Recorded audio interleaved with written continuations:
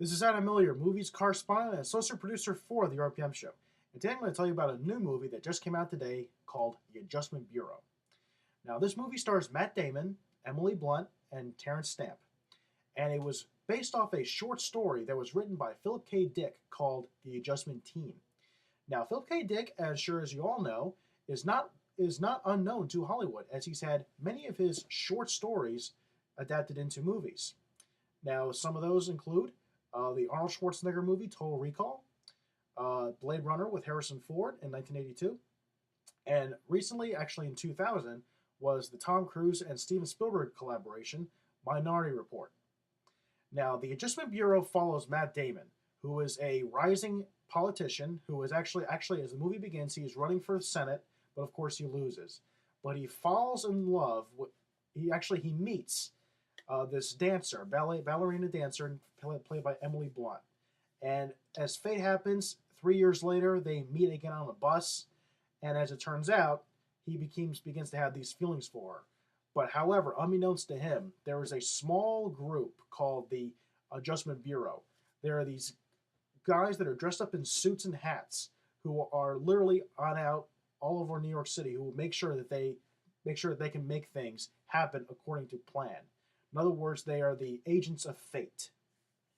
But yet, Matt Damon feels that if he believes in chance and free will, he can do whatever he wants. You know, if he believes that Emily Blunt is possibly the woman that he will probably spend the rest of his life with, then he is willing to break chance and go into another path that is really undetermined from the Adjustment Bureau. They want him to follow a certain path, which, in other words, they don't want him to have any contact with Emily Blunt whatsoever. They want to keep them apart.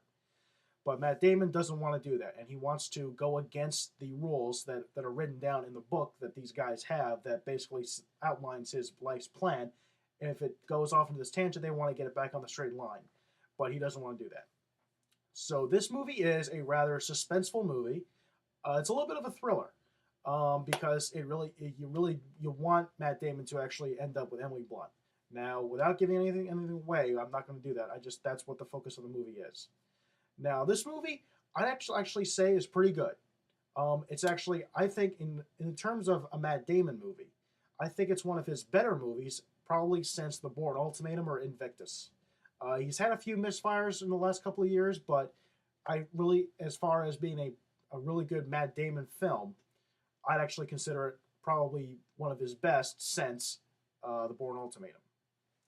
Now, with that being said, the movie itself I think it's very original. I mean, even though it's based on an original subject matter, source material, it's very original. It's something that I don't think has been done yet. I think it's well worth it.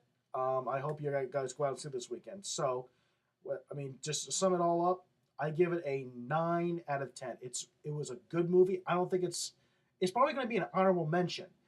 It's probably one of the first really good movies of 2011.